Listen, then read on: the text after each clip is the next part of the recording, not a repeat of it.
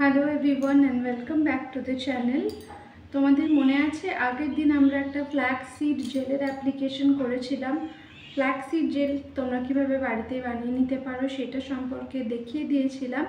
তারপরে বলেছিলাম বেঁচে যাওয়া ফ্ল্যাক্স সিডটা, যেটা তোমরা 3-4 বার ধরো ফ্ল্যাক্স সিড থেকে জেল এক্সট্র্যাক্ট করে নেওয়ার পরে যে রেসিডিউটা, বেঁচে যাওয়া যে ফ্ল্যাক্স সিডটা, ওটাকে আমি ফ্রিজে স্টোর করে রাখতে বলেছিলাম। তো আজকে সেই স্টোর করে রাখা ফ্ল্যাক্স সিডটার অ্যাপ্লিকেশন তোমাদের সঙ্গে শেয়ার করে নিতে এসেছি। এই ফ্ল্যাক্স সিডটা ফ্রিজ থেকে বের করবে, 1 চামচ মেথি দানা নেবে, 1 কাপ জলের মধ্যে 1 চামচ মেথি দানাকে সারা রাতের জন্য ভিজতে দেবে। পরের দিন সকালে ফ্ল্যাক্স সিডটা ফ্রিজ থেকে বের করে নর্মাল টেম্পারেচারে আসতে দেবে। নর্মাল টেম্পারেচারে এসে গেলে সেই যে মেথি দানা ভেজানো জলটা আর মেথি দানাটা সমস্ত সমেত আর ফ্ল্যাক্স সিডটা সমস্তটা একটা ব্লেন্ডারের মধ্যে নিয়ে নেবে, মিক্সার গ্রাইন্ডার আর কি, ব্লেন্ডারের মধ্যে দিয়ে আর 1 বাটি মতো জল অ্যাড করে নেবে, দিয়ে সব কিছুকে ভালো করে একটা গ্রাইন্ড করে ফাইন পেস্ট বানিয়ে নিতে হবে। এই পেস্টটার মধ্যে এবার আর একটু পরিমাণ জল অ্যাড করতে হলে জল অ্যাড করে নিও, না করলেও চলবে, কারণ 1 বাটি জল হিসেব করে আমাদের দেওয়াই আছে। তারপরে আবার মেথি দানার জল রয়েছে। মোট কথা একটু গাঢ় একটু পাতলা একটা কনসিস্টেন্সি আমি তোমাদের এখানে দেখিয়ে দিচ্ছি, ঠিক এই কনসিস্টেন্সিতে আনবে।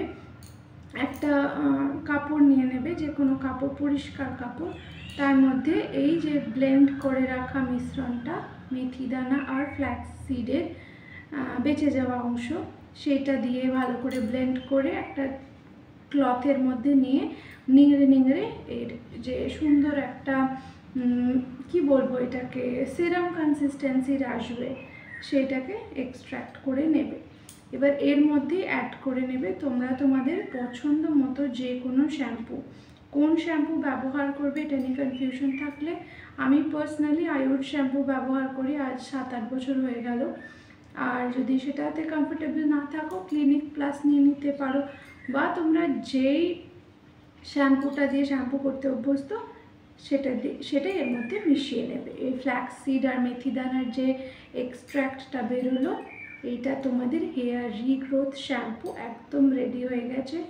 একদম শ্যাম্পু করে আসার পরে চুল একদম স্মুথ একটা ফিনিশ দেবে, চুলে কোনো জট থাকবে না, দেখবি চুল কম পড়বে। প্রথম ওয়াশ থেকেই হেয়ার ফল রেস্ট্রিক্ট করে দেবে এই DIY ফ্ল্যাক্স সিড মেথি শ্যাম্পুটা। So do give it a try. আর কত কি বলবো, ফ্ল্যাক্স সিড আর মেথি দানা দুটোই কিন্তু হেয়ার রিগ্রোথের জন্য খুব ভালো।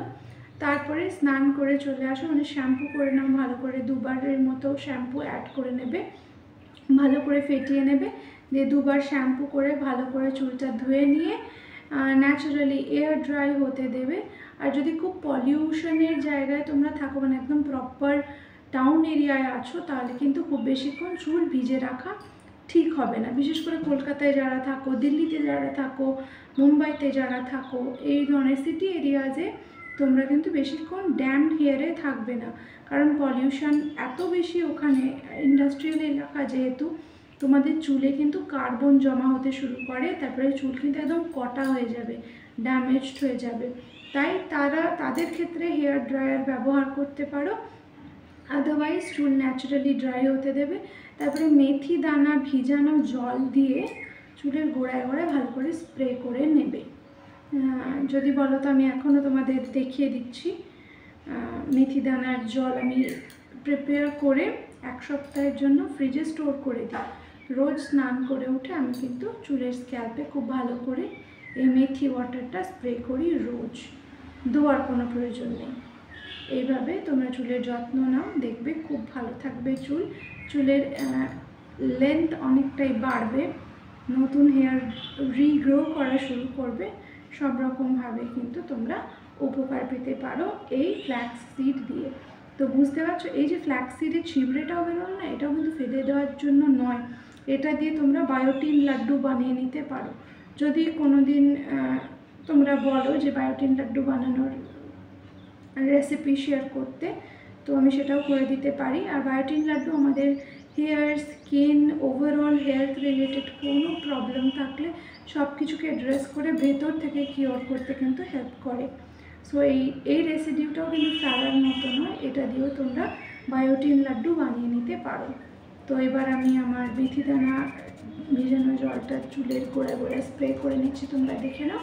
তো আজকের মতো এইটুকুই, ভিডিও এখানে এন্ড করছি। তোমরা সকলে ভালো থাকো, সুস্থ থাকো, নিজের যত্ন নিতে থাকো।